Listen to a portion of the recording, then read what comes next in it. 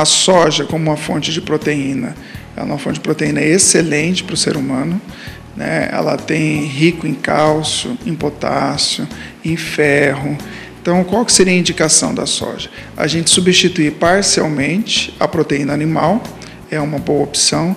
A soja, no período em que a mulher está no climatério, né, que a gente chama na menopausa, ela diminui muito aquelas ações, aquele sentimento ruim, de calor, né, a sensação de mal-estar, porque ela possui uma substância chamada fitoesteroides, as isoflavonas, que como elas imitam os hormônios femininos.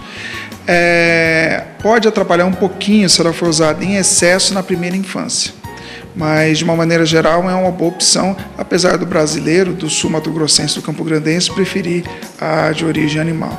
A gente aqui está acostumado com carne de boi ou de vaca e carne gorda. A soja pode ser introduzida na forma de suco, na forma de grãos, na forma de queijo, o queijo de soja tofu, né, que nada mais é do que uma proteína e é texturizada. É bem melhor para a alimentação. O excesso, a soja como qualquer outro alimento ou como qualquer outra alimentação, em excesso faz mal. É tudo na vida. Até a água em excesso pode prejudicar o ser humano. Então, tem alguns estudos não comprovados, mas que relatam algumas crianças com aumento da incidência de hiperatividade, outras com déficit de atenção. E alguns estudos não comprovados, mas que têm relatos de caso, que o excesso de soja levando à puberdade precoce. Nada mais é do que o hormônio. Esse hormônio feminino em meninas pode estar levando à puberdade antes dos 8 anos em meninas e em meninos antes dos 9 anos. O que eu vejo muito hoje é o que a gente chama de erro alimentar grave. Crianças tomando muito suco, muita mamadeira, caloria na forma líquida. O que acontece? Uma alteração hormonal, de insulina, de glicose, uma hiperglicemia, o excesso de glicose no sangue, isso faz muito mal.